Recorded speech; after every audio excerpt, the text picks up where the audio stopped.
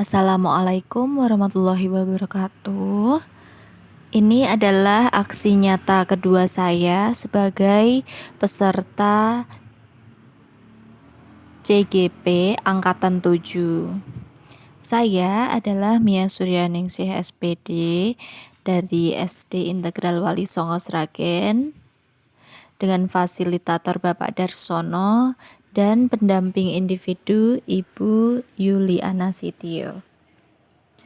Saya melakukan aksi nyata kedua ini dengan mode daring dengan peserta rekan-rekan pengajar dari guru SD Integral Wali Songo Sragen. Di sini kami akan sharing mengenai budaya positif dan juga inti materi modul 1.4 yang akan saya sampaikan melalui Google Meet. Bersama dengan teman-teman saya, kami akan berdiskusi tentang materi tersebut.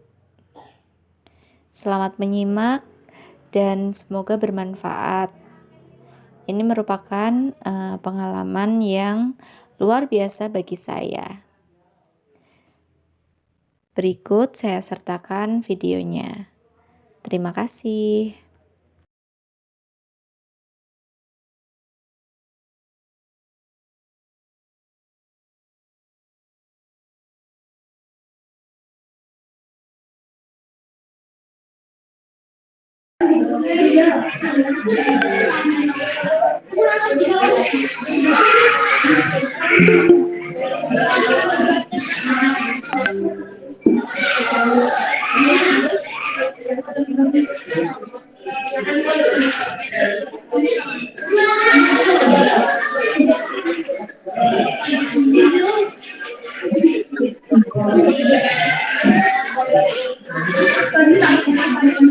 suarane enggak bengeng-bengeng toh ini? Enggak. Jelas ya? Oke, dimulai ya. Ini sudah mulai saya record. Terima kasih ya teman-teman. Assalamualaikum warahmatullahi wabarakatuh. Waalaikumsalam warahmatullahi wabarakatuh. Apa kabar hari ini teman-teman, Bapak Ibu semuanya? Baik. Alhamdulillah di tengah kesibukan. Terima kasih sudah meluangkan waktunya, guys. Nah, ini langsung saja saya mau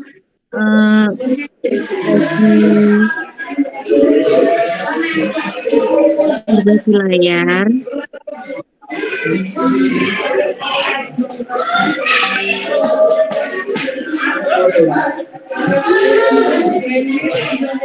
Sudah muncul ibu-ibu? Sudah. Oh iya, jadi ini adalah tugas aksi nyata saya sebagai CGP Angkatan 7 dari SD Integral Wali Songo Sragen ya. Sekolah kita tercinta. Nah, ini saya juga sambil lihat jam. Kemudian, nah sebelum kita mulai, Bapak Ibu semuanya, yuk kita lihat artikel. Nah, di sini ada artikel bahwa guru dipaksa kekinian. Kalau menurut jenengan gimana? Guru itu harus kekinian apa enggak sih? Harus. Ya harus, ya Mayo. Nah, terus ini coba kita klik saja ya bersama ya. Sudah bukan masanya lagi sekolah menjadi sumber stres bagi anak, orang tua dan guru. Sekolah adalah tempat yang menyenangkan, tempat menghidupkan hati dan pikiran.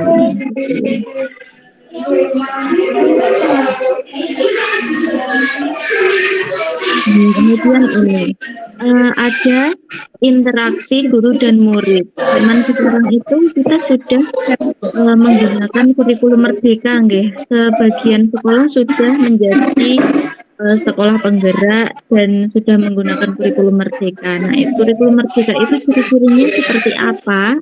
Apa ibu-ibu sudah tahu apa belum ya kira-kira? Belum. Nah, kurang lebih seperti ini. Guru berperan sebagai manajer. Manajer itu gimana, Mbak? Manajer itu nantilah kita bahas. Kemudian yang kedua, guru berperan menjadi teladan dalam pembentukan disiplin positif murid. Kemudian, guru melakukan survei kebutuhan murid. Guru bersama dengan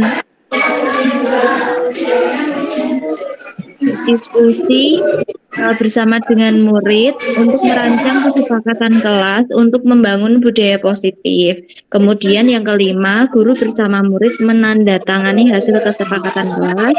Guru bersama murid melaksanakan hasil kesepakatan kelas dan juga melakukan refleksi secara berkala.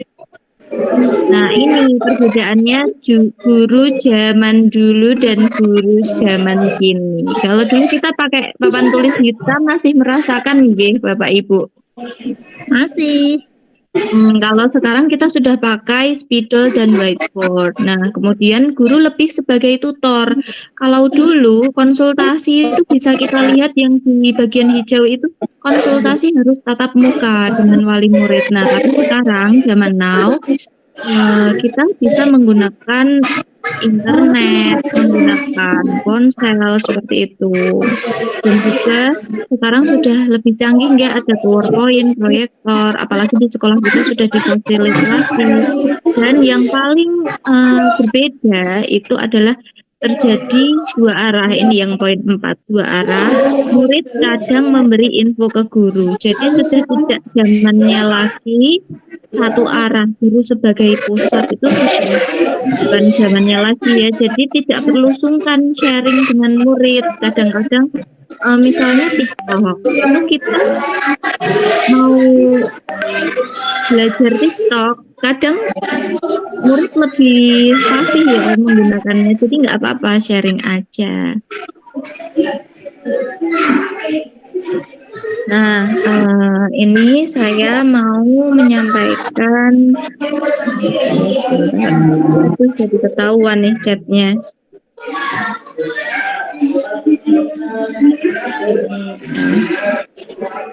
Menyampaikan modul 1.4 di TGP saya.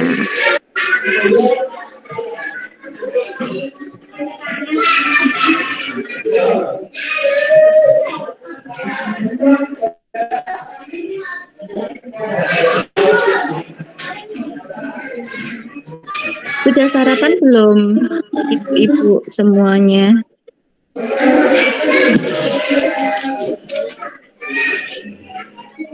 Usaras OTW.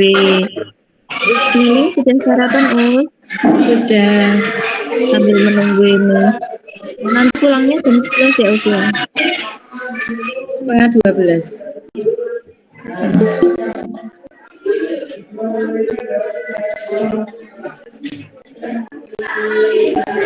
Siapa ya ini ya? Oh, Dewi. Tak kira kok namanya akunnya Novel atau Us.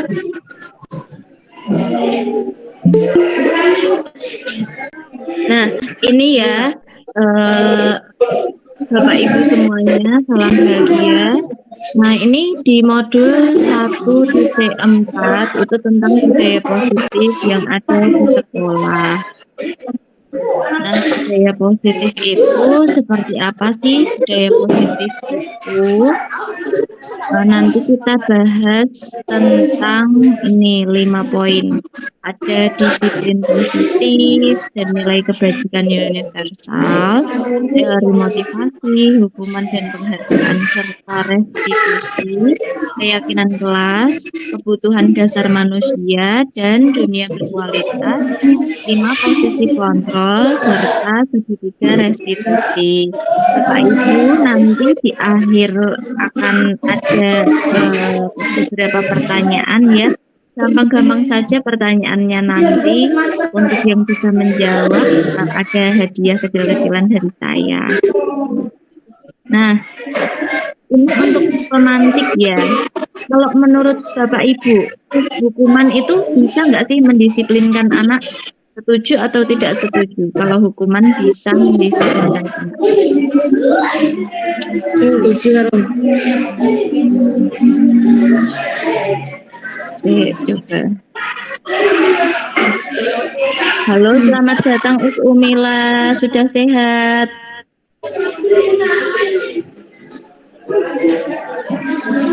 Ini mikrofonnya sehat, Us. Oh iya. Us Umila baru gabung, ini sekalian tak tanyain aja. Hukuman itu ini nomor 1, hukuman dapat mendisiplinkan anak. Kalau Us Umila setuju apa enggak kira-kira? Setuju sekali. Gimana? Karena kalau tidak ada hukuman nanti anak akan menyepelekan dan akan dengan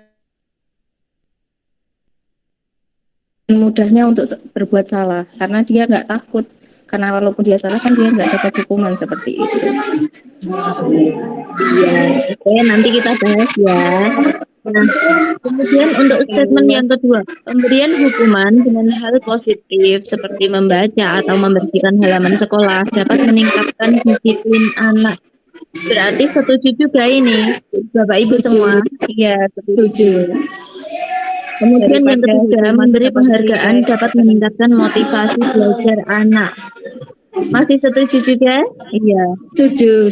Iya, Sangat iya. setuju. Oke, kita bahas nanti ya Bapak Ibu. Kalau di sini, di dalam disiplin positif dan nilai kebajikan universal ini sebenarnya sinkron juga dengan program sekolah penggerak. Nah, terutama apalagi kalau sekolah kita SDI Wali Songo memang juga menjadi sekolah penggerak ya. Nah, nilai-nilai kebajikan universal itu apa sih? Itu adalah profil pelajar Pancasila itu sendiri. Apa teman-teman masih ingat apa sih isinya profil pelajar Pancasila itu? Beriman dan bertakwa kepada Tuhan Yang Maha Esa, gotong royong, kemudian Kebinekaan, apa seperti itu ya. Ada 6 profil pelajar Pancasila dan itu merupakan nilai kebajikan universal yang harus kita terapkan di sekolah. Kemudian untuk ilusi kontrol, nah ini ya, jadi ilusi kontrol itu membahas tentang guru mengontrol murid. Kalau menurut Bapak Ibu semua, guru bisa nggak sih mengontrol murid? Iya. Ya, Usnining menjawab iya.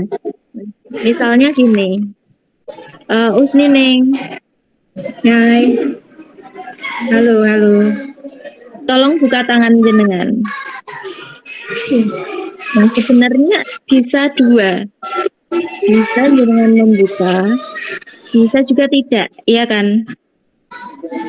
Jadi tergantung murid itu mau apa enggak mengikuti apa yang kita utarakan. Kalau kita bilang A dan muridnya itu mau melakukan, berarti kontrolnya itu bisa pada kita, tapi tentunya ada faktor-faktor penyebabnya ya. Bisa jadi Neneng ki mau buka tangannya tenan karena wedi karo aku, karena wedi nek tak hukum. Nah, jadi ada faktor eksternal yang mempengaruhinya. Bisa juga dari faktor internal. Oh, memang Usnining itu tipe-tipe orang yang patuh. Jadi ya manut, kan buka tangan yang buka tangannya. Seperti itu. Dari kontrol. Nah, apa sih yang dimaksud disiplin? Ini saya sekilas aja guys, Ibu, sekilas aja, tapi nanti tetap ada kesimpulan akhirnya. Disiplin itu yang membuat seseorang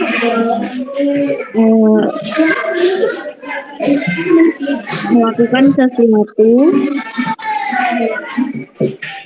untuk mencapai suatu tujuan gitu ya. Kemudian nilai-nilai kebajikan universal seperti tadi yang saya sampaikan. Nah, ini ada 6 profil pelajar Pancasila. berbicara mandiri, bernalar kritis, berkebinekaan global, gotong royong, dan juga kreatif.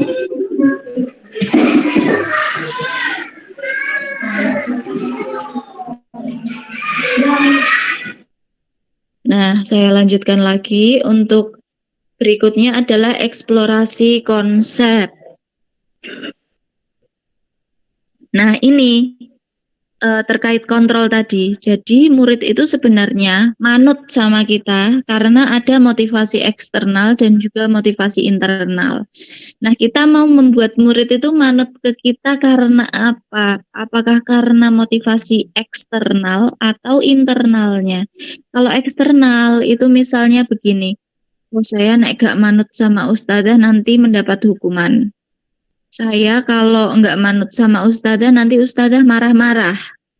Nah, kalau motivasi internal itu memang kita membentuk karakter siswa itu sehingga di dalam dirinya terbentuk sikap disiplin yang bisa patuh dengan kebaikan. Kalau Bapak Ibu pengennya anak-anak itu mempunyai motivasi eksternal apa internal? Yang internal. Iya, tentu saja internal ya. Jadi sama seperti kita berangkat sekolah, datang tepat waktu. Jangan karena lebih didenda. Jangan karena mengko Pak Kepala ndak duga-duga, mboten nggih. Tapi karena memang tanggung jawab kita harus datang jam 7, kita ditunggu anak-anak untuk belajar bersama di sana. Mboten nggih Bapak Ibu. Jadi itu merupakan contoh real motivasi internal. Jadi disiplin itu kalau bisa kita tumbuhkan karena motivasi internal. Nah, ini menurut Ki Hajar Dewantara, merdeka itu tidak hanya terlepas dari perintah akan tetapi juga dapat memerintah diri sendiri. Rasa Bapak Ibu sudah paham ya semuanya ya. Kemudian ini dihukum oleh penghargaan. Lah, siapa tadi yang memberi hadiah-hadiah? Saya sebenarnya masih menerapkan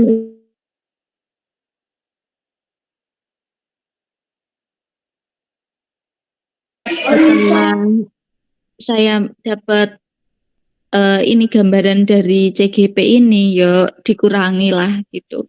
Tapi untuk 100% melepaskan reward, melepaskan penghargaan itu memang belum bisa karena memang itu menarik di awal ya. Jadi dihukum oleh penghargaan itu maksudnya gimana? Maksudnya adalah pengaruh jangka pendek dan jangka panjang. Misalnya Ustadzah A sering ngekei hadiah. Nanti ketika dia diajar oleh Ustadzah B, dia sudah merasa tidak tertarik dulu. Lah, soalnya Ustadzah B gak tahu ngekei hadiah gitu. Kemudian penghargaan yang menghukum, penghargaan mengurangi ketepatan, penghargaan tidak efektif, penghargaan merusak hubungan. Sebenarnya dalam kita mengajar itu dengan menggunakan beberapa teknik-teknik Bapak Ibu yang saya dapat dari CGP itu penjelasannya mentor saya itu ya tetap ada positif ada negatifnya. Cuman di kurikulum Merdeka ini lebih condong untuk kita tidak memberikan penghargaan baik itu dalam pembelajaran ataupun dalam sikap ya secara sering. Jadi bolehlah sesekali tapi tidak continue, tidak terus-terusan ya. Setiap minggu nanti ada hadiah ini. Nah, itu jadi motivasi eksternal bagi mereka gitu loh. Ketika mereka nanti mendapat ustadzah yang lain, mendapat materi yang lain yang tidak ada rewardnya, itu dianggap nanti semangatnya turun seperti itu. Jadi ini dihukum oleh penghargaan. Penghargaan menurunkan kualitas, penghargaan mematikan kreativitas, penghargaan mengurangi motivasi intrinsik. Ya mungkin penjelasan saya ini kurang, nanti bisa ditambahi ketika kita bertemu ya, bisa sharing-sharing lagi. Tentunya apa yang saya sampaikan ini masih belum selengkap dengan yang disampaikan oleh tutor saya, cuma saya hanya berusaha untuk menyampaikan, oh kalau gambarannya kurikulum merdeka itu seperti ini. Lah terus gimana kalau mau memberi apresiasi? Nah, ini solusinya. Beri pengakuan secara khusus, secara pribadi, kemudian beri pengakuan kepada semua murid secara bergantian, beri pengakuan secara konsisten, dan fokus kepada prosesnya, bukan hasil akhirnya. Gitu. Jadi misalnya kalau menulis, oh ya sing tulisannya rapi, oh kamu rapi sekali, tapi jenengan bilangnya pada saat face to face gitu. Secara kontinu mengapresiasi prosesnya. Nah, itu menumbuhkan dirinya itu senang gitu dan semangatnya bertambah. Jangan hanya cepet-cepetan nulis siapa yang cepat selesai nanti dapat hadiah gitu. Nah, itu tidak secara khusus, jadi kurang mengena secara personal dan juga dianggap itu tadi ya nanti menimbulkan turunnya kreativitas seperti itu. Kemudian ini contoh pengakuan atau apresiasi kebajikan. Nah, kalimatnya seperti ini, nggih, Bapak Ibu. Kemarin saya perhatikan rasa empatimu besar sekali pada saat menolong murid baru di kelas kita. Jadi kita lebih ke personal gitu loh Bapak Ibu, tidak secara global di kelas. Kalau secara global di kelas tentunya feel-nya ya jenengan sudah sering di dalam kelas, jadi pasti nanti bisa membedakan bagaimana feel-nya itu apakah lebih mengena ketika kita memberi apresiasi secara personal, memberi apresiasi prosesnya, atau ketika memberi apresiasi secara global di kelas dan juga menggunakan apresiasi hasil gitu. Nah, jadi seperti itu. Untuk selanjutnya kita mau bahas tentang tindakan guru ya terkait hukuman tadi. Nah, ini sebenarnya hanya istilah nggih Bapak Ibu. Kalau istilah itu dulu kita sebutnya hukuman karena kamu terlambat kamu dapat hukuman ambil daun yang berguguran di lapangan. Itu hukuman. Kalau sekarang kita pakai istilahnya konsekuensi. Nah, kalau disuruh membedakan apa sih sebenarnya bedanya hukuman dan konsekuensi? Kalau hukuman itu terkadang tidak tidak realistis gitu loh Bapak Ibu. Coba nanti kita bedakan. Tapi kita mau tebak-tebakan dulu ini. Mencatat 100 kali di dalam buku kalimat saya tidak akan terlambat lagi. Nah, itu kira-kira hukuman apa konsekuensi? Hukuman ya. Di sini sudah ada jawabannya hukuman. Kemudian lari mengelilingi lapangan. Nah, itu kan juga tidak realistis. Gimana ya? Itu tidak konsekuen dengan kesalahan apa yang dilakukan oleh murid gitu. Jadi itu adalah hukuman. Kalau yang konsekuensi seperti apa? Misalnya yang nomor 4 itu. Seorang anak tidak sengaja mencoret-coret kertas tugas temannya. Jadi konsekuensinya adalah menggantikan kertas tugas teman yang telah dicoret-coret. Nah, itu adalah konsekuensi. Jadi konsekuensi itu bentuk tanggung jawabnya atas kesalahan yang sudah dia lakukan gitu. Kalau hukuman itu kayak kita asal terus kita emosi, terbawa emosi seperti itu loh Bapak Ibu. Jadi ada perbedaannya ya. Nah, ini hukuman. Sesuatu yang menyakitkan harus terjadi. Buat anak sakit, membuat anak sakit hati untuk jangka waktu lama. Kemudian anak membenci kedisiplinan. Karena kita menerapkan hukuman-hukuman itu secara tidak langsung anak-anak mengalami ini loh Bapak Ibu. Kemudian hukuman itu bersifat paksaan, mendorong anak menyakiti diri sendiri, konsep diri yang buruk, anak belajar untuk menyembunyikan kesalahan karena wedi nek dihukum. Nggih ta? Kemudian marah, bersalah, dipermalukan, merasa tidak dihargai. Tapi kalau konsekuensi itu sesuatu yang memang harus terjadi. Karena misalnya seperti tadi, nyoret-nyoret kertasnya temene. Ya, yang harus terjadi ya kamu gimana coretannya itu biar hilang gitu. Dan biasanya konsekuensi ini sudah disepakati di awal, misalnya di tata tertib sudah dituliskan atau berupa tanggung jawab yang seperti tadi itu. Misalnya juga geret-geretan sama temennya sampai kancing bajunya lepas. Nah, berarti gimana tanggung jawabmu ben kancing bajunya tadi yo cementel lagi di bajunya temenmu gitu. Membuat anak merasa tidak nyaman dalam jangka waktu yang pendek saja. Tapi nantinya dia akan fine-fine saja. Anak menghargai disiplin, kemudian terjadi stimulus dan tanggapan, mendorong anak agar mudah menyesuaikan diri, konsep yang baik, dan anak belajar untuk mematuhi peraturan, kehilangan hak, dibuat tidak nyaman dan diasingkan hanya untuk sementara. Berbeda dengan yang hukuman tadi ya. Nah, dalam melaksanakan konsekuensi itu akan ada kita melewati proses namanya restitusi. Restitusi itu gimana sih restitusi itu? Pembentukan ini ada segitiga restitusi, nanti akan kita bahas di bawah ya. Nah, 9 ciri-ciri restitusi. Restitusi itu bukan untuk menebus kesalahan, tapi untuk belajar dari kesalahan, memperbaiki hubungan, kemudian memberikan tawaran, bukan berupa paksaan. Nek hukuman kan paksaan nggih Bapak Ibu. Nah, kalau restitusi dengan konsekuensi tadi itu kita membuat kesepakatan bersama.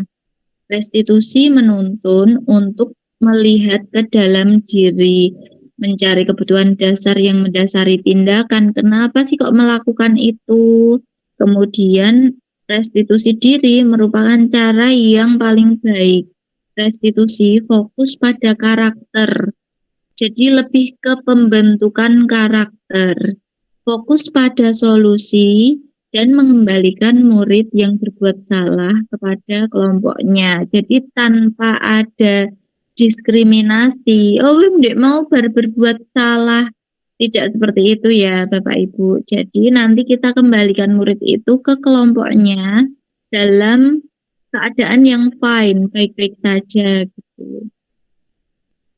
Karena penebusan kesalahannya kan tadi berupa tanggung jawab, berupa konsekuensi, bukan berupa hukuman. Nah, ini terkait restitusi tadi, nanti juga dalam restitusi akan membentuk keyakinan kelas.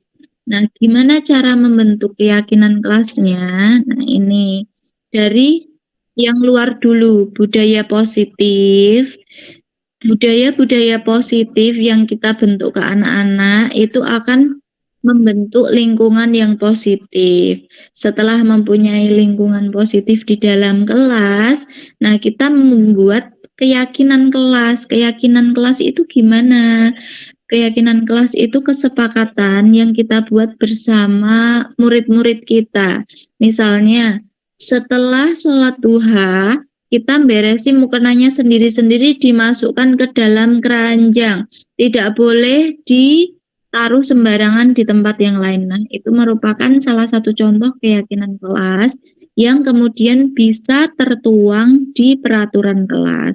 Tapi keyakinan kelas tentunya lebih luas, lebih global, dan untuk menjadi peraturan kelas, nanti guru yang mensortirnya bersama dengan murid. Jadi kita ambil poin-poin yang penting.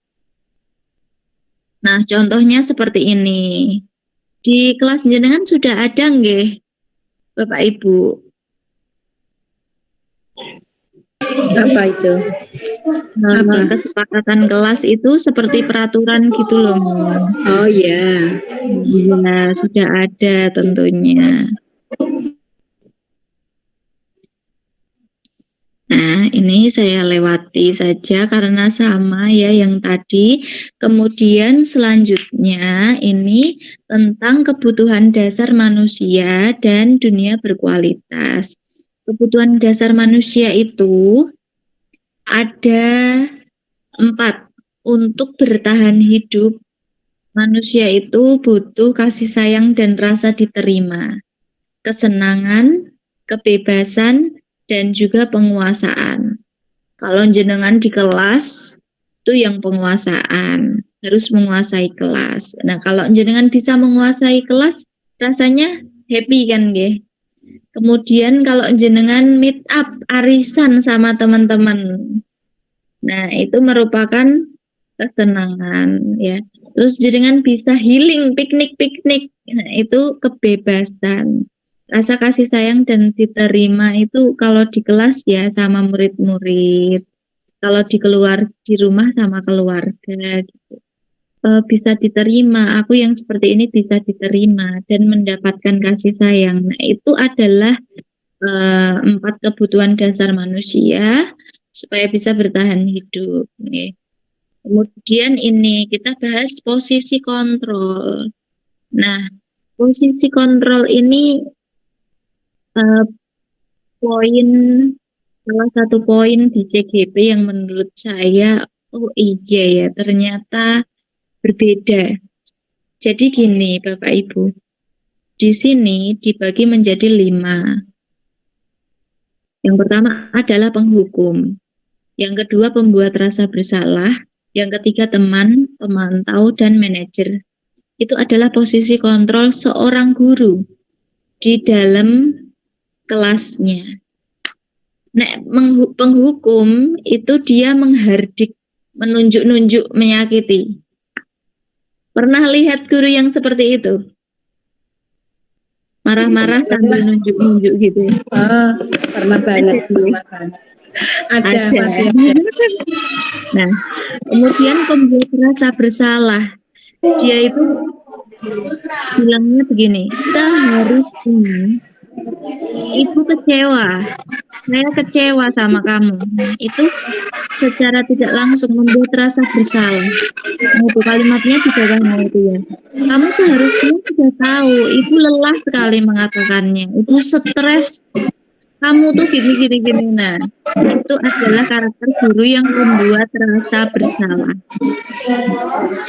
Jadi sebagai teman, itu suka membuatkan alasan-alasan untuk muridnya. Ayolah, lakukan demi ibu.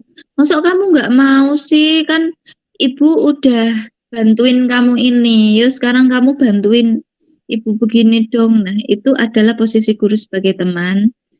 Kemudian yang keempat, posisi guru sebagai pemantau, yaitu mantau. Sebentar. Apa peraturannya? Gimana sih peraturannya kok kamu kayak gitu? Nah, itu adalah posisi guru sebagai pemantau. Kemudian yang kelima adalah posisi guru sebagai manajer. Kalau sebagai manajer itu dia mengajukan pertanyaan-pertanyaan. Apa yang kita yakini dikembalikan lagi ke peraturannya. Kemudian apa yang bisa kamu kerjakan untuk memperbaiki masalah ini. Jadi dalam manajer itu guru masih mengontrol, tapi biar inisiatifnya murid sendiri yang berjalan. Kalau berjalannya belok ya kita luruskan karena kita sebagai manajer. Dari kelima ini kira-kira kita yang mana ya Bapak Ibu? Semoga bukan yang penghukum, pembuat rasa bersalah itu terparah kalau menurut saya. Ternyata secara tidak langsung itu juga membuat siswa merasa rendah diri ya. Jadi ini ya.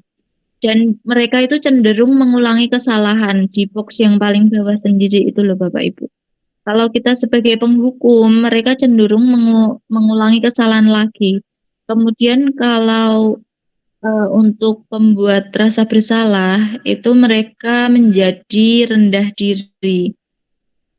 Kalau sebagai teman ternyata mereka jadi tidak mandiri, jadi tergantung.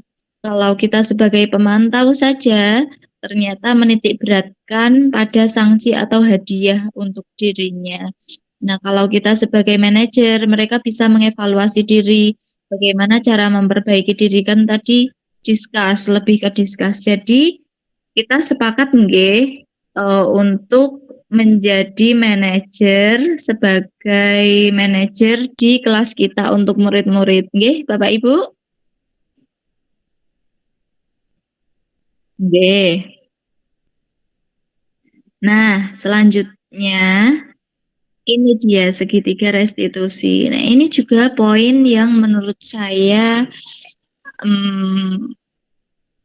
sangat membantu dalam menyelesaikan masalah. Apalagi saya dulu itu di kelas 1 selama 3 tahun dan sekarang kembali lagi ke kelas atas itu kok kayak oh ternyata anak-anak itu sebenarnya sudah solutif, sudah punya bagaimana cara dalam mereka menyelesaikan masalah mereka sendiri. Sebelum saya ikut CGP itu, saya masih sebagai penghukum, masih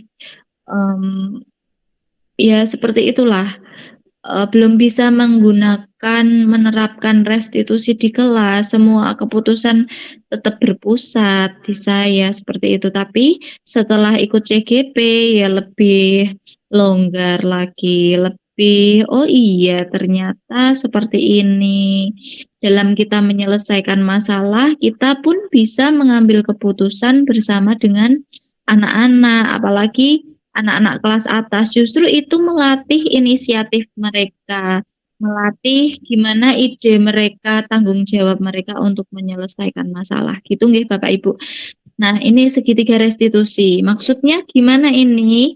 Yang pertama adalah yang paling bawah, menstabilkan identitas. Jadi kalau misalnya ini kemarin saya juga sudah praktek. Misalnya ada anak yang makan di kelas. Kita menstabilkan identitas dulu.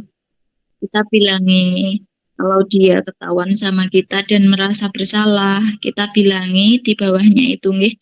Setiap orang pasti pernah melakukan kesalahan dan kamu bukan satu-satunya orang yang pernah melakukan kesalahan ini.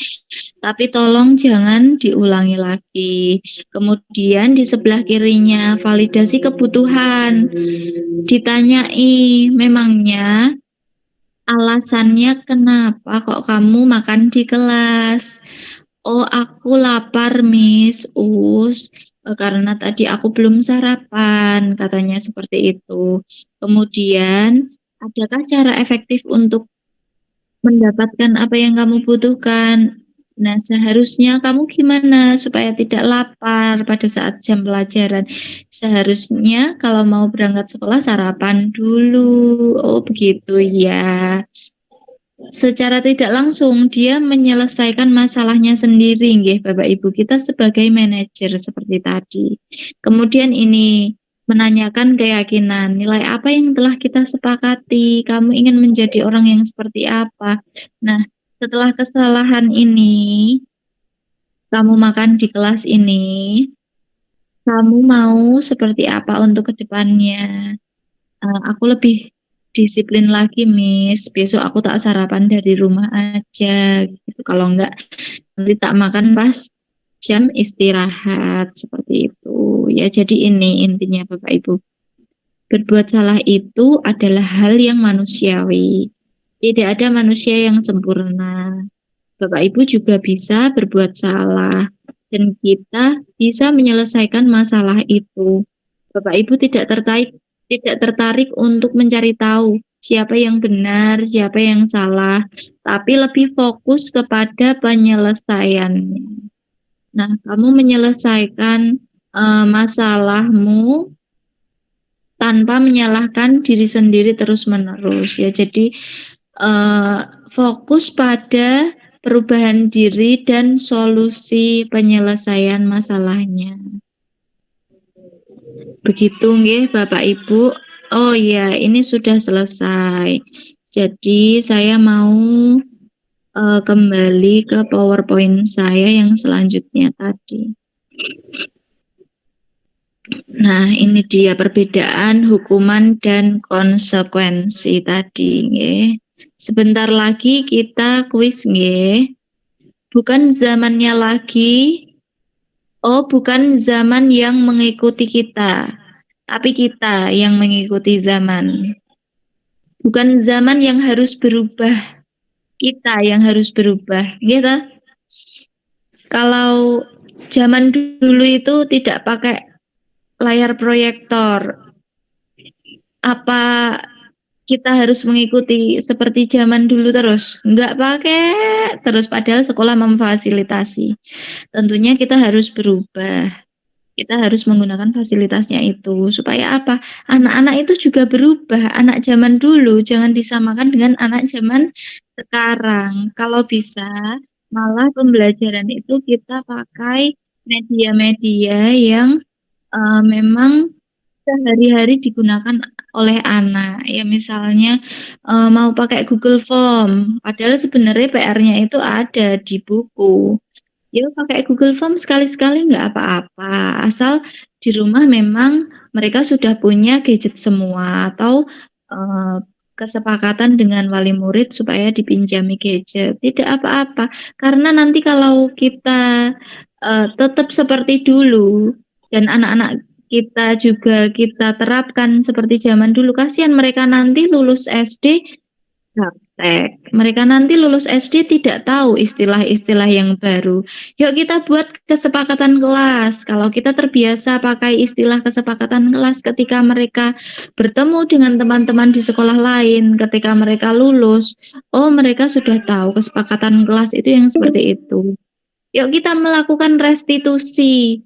Restitusi itu apa? Nah, penggunaan vocab, kemudian penggunaan teknologi itu termasuk perubahan zaman yang tentunya harus kita ikuti, nggih Bapak Ibu. Jadi guru itu jangan takut belajar, harus tetap belajar supaya bisa mengikuti perkembangan. Jadi anak-anak kita juga nanti lulusnya juga tidak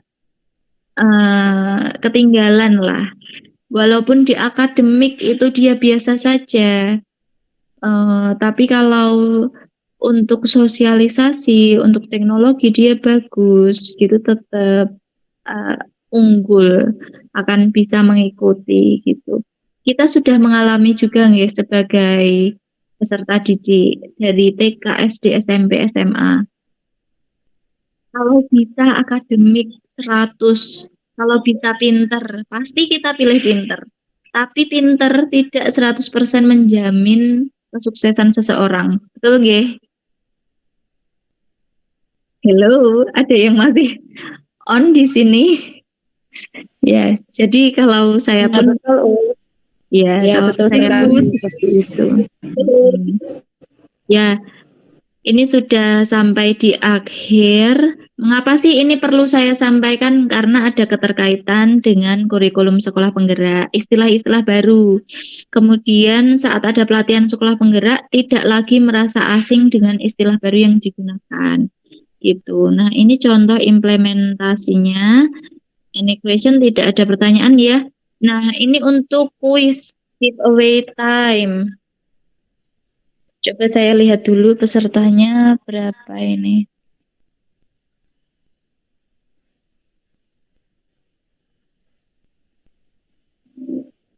Oh, 15, 13 berarti. Ya, giveaway time. Nah, Bapak Ibu, pertanyaan pertama ini. Nanti hadiahnya saya suruh pilih, saya kasih di foto ya nanti ya. Sebentar cari pulpen dulu. Apakah ada yang tahu Bapak Ibu di sini? Oh, bisa on cam dong. Biar kelihatan mana yang gitu. Oh, ini saya tutup ya biar saya juga kelihatan.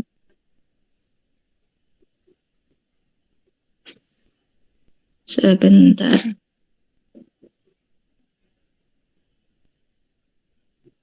Berhenti berbagi.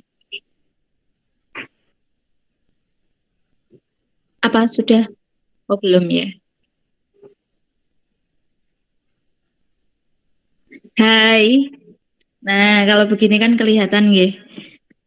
Nah, pertanyaan pertama nggih Bapak Ibu, ini tugas saya untuk melengkapi pendidikan apa?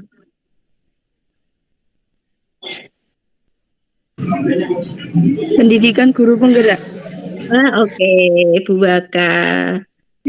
Fajar, terima kasih ya Fajar sudah join ya. Nanti kita foto bareng dulu loh ya. Kemudian, Fajar lagi di sekolah ya? Iya, baru ngerjain jurnal ini, Us. Iya, Jurnal apa, Jurnal kelas. jurnal matematika. Iya, berduaan. Iya. Hit. Bahasa pengen. Ya gimana ya, Us? Iya. Pertanyaan yang kedua, tadi dalam posisi kontrol, sebaiknya kita menjadi apa? Aku menjadi guru sebagai manajer. Iya, betul sekali. Menjadi mediator, Terima kasih ya, Mas Dewi. manajer, supervisor. Pak Isa nih. Makasih ya Us Dewi. Nanti kita foto bareng dulu loh. Iya, oke. Terus pertanyaan ketiga nggih. Dalam menyelesaikan masalah, sebaiknya kita melibatkan anak-anak untuk mencapai kesepakatan kelas. Tadi istilahnya menggunakan segitiga apa ya, Bapak Ibu?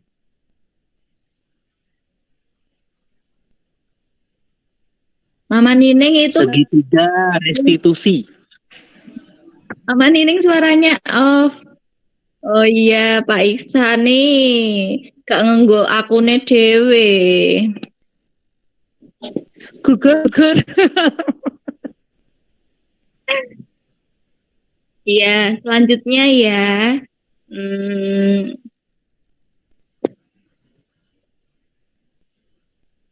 Apa ya?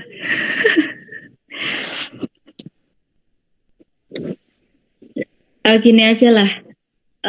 Selanjutnya, ini berarti ada 13 peserta. Tadi sudah 3 pertanyaan. Nanti yang meninggalkan pesan, tetap saya kasih tanda terima kasih dari saya, nggih. Tapi tetap yang 3 tadi bisa milih pertama. Tapi tanda terima kasihnya sebentar dari Jamboard.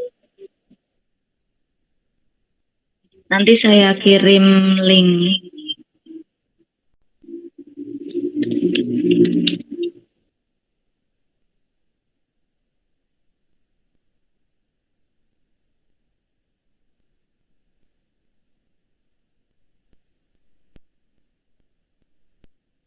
Ini.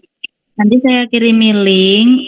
Saya minta Bapak Ibu untuk meninggalkan tulisannya di situ, nggih. Tentang apa saja yang bisa jadi masukan untuk saya. Itu dalam hal apa saja lah, terserah. Nanti caranya begini Bapak Ibu.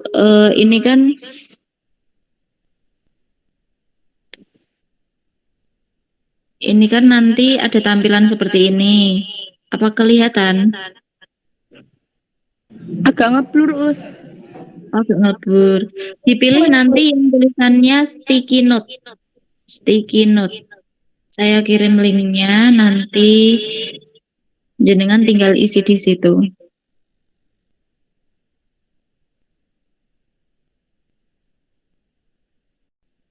Di kolom chat ya.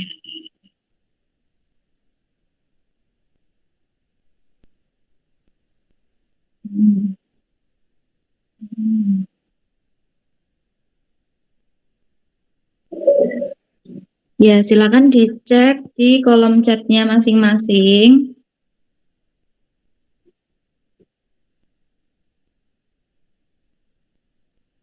Nah, itu ada link ya, Bapak Ibu, minta tolong untuk diisi. Yang mengisi nanti tetap dapat tanda terima kasih dari saya. Kalau sudah selesai mengisi, boleh leave. Oh, kita foto dulu, Deng, lupa. Yuk, monggo on cam dulu. Saya foto sebentar saja.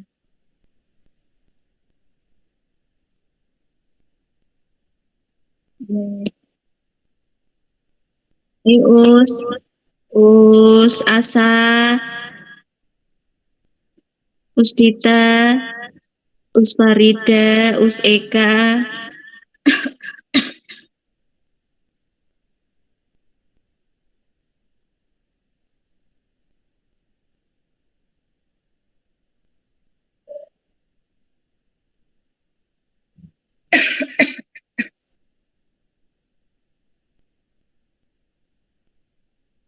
Udah ya. Usnia sama Tia enggak nih?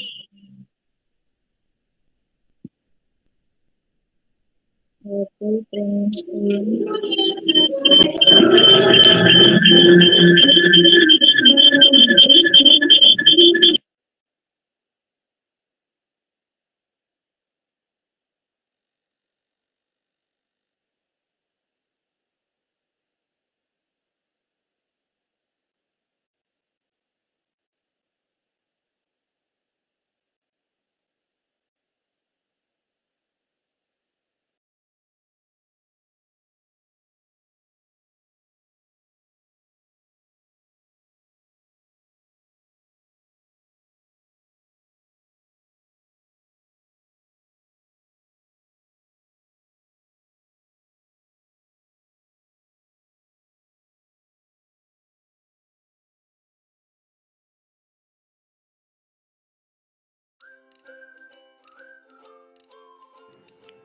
Assalamualaikum warahmatullahi wabarakatuh. Nah, di sini kita akan membahas tentang segitiga restitusi di modul 1.4.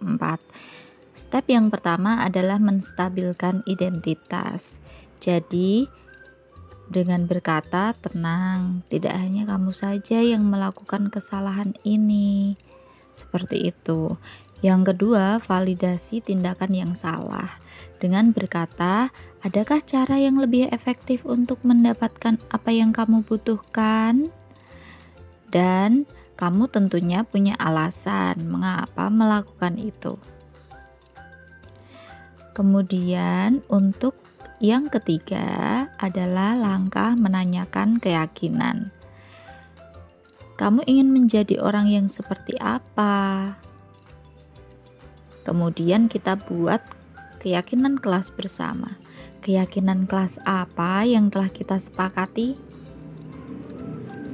Apa yang mau kita sepakati untuk kedepannya? Apakah ingin seperti ini atau mencari solusi lain yang berbeda? Seperti itu langkah-langkah segitiga restitusi. Nah, teman-teman, untuk kasus yang pertama, teman kita Afika yang datang terlambat. Yuk kita simak. Assalamualaikum warahmatullahi wabarakatuh.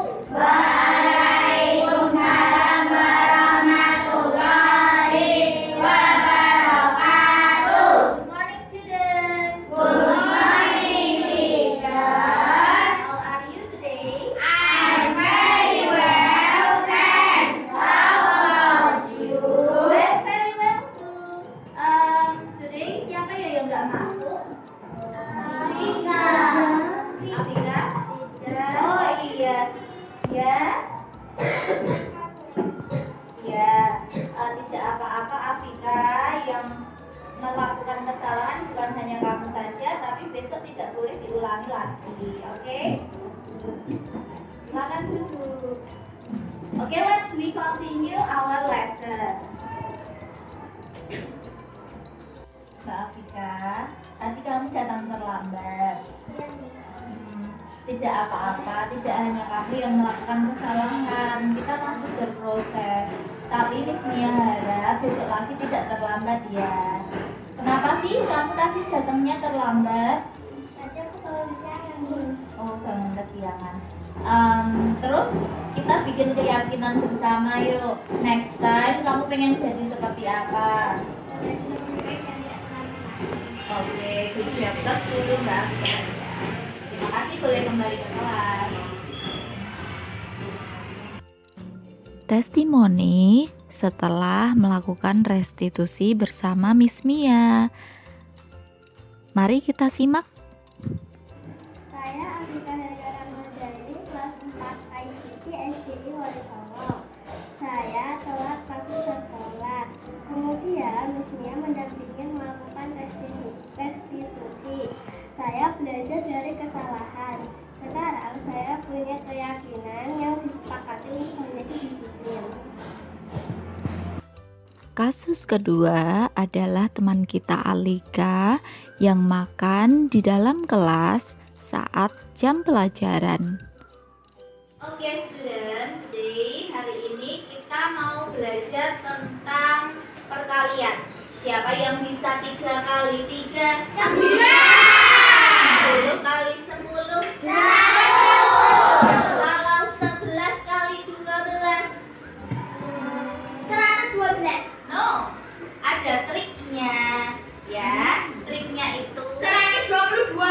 11 kali 12. Triknya kita lihat lawannya 11 dulu. Angka berapa? 2. Angka 12 kita tulis depan 1, belakang 2, tengahnya dijumlah. Berapa 1 tambah 2? 3. Berarti 11 kali 2 adalah 132. Alika, what are you doing? Ya, tidak apa-apa, tapi tidak boleh diulangi lagi ya Alika. Save your snack please. Oke, kita lanjutkan. Sekarang satu lagi teman-teman. 11 kali 32. Ayo, depannya berapa? 3. Belakangnya berapa? 2. Very good. Seperti itu. Is that easy? Easy. Alika, tadi kamu makan di kelas ya saat pelajaran. Tidak apa-apa, yang melakukan kesalahan itu bukan cuma kamu saja, tapi Miss Mia berharap besok lagi jangan diulangi ya. Kenapa sih Alika kok tadi makan di kelas? Belum sarapan. Besok lagi sarapan ya. Kita bikin keyakinan untuk sepakat bersama. Nanti Alika pengennya seperti apa? Udah makan saat jalan. Oke, ya good job. Kita keyakinan itu ya, tos dulu. Terima kasih, boleh kembali ke kelas. Testimoni setelah melakukan restitusi bersama Miss Mia. Mari kita simak. Kemudian di kelas 4 ICT SDI Wonosobo. Saya mempunyai kesalahan makan saat jam pelajaran. Kemudian mendampingi melakukan restitusi. Saya belajar dari kesalahan. Sekarang saya punya keyakinan yang disepakati untuk menjadi disiplin. Terima kasih. Sampai jumpa di video selanjutnya.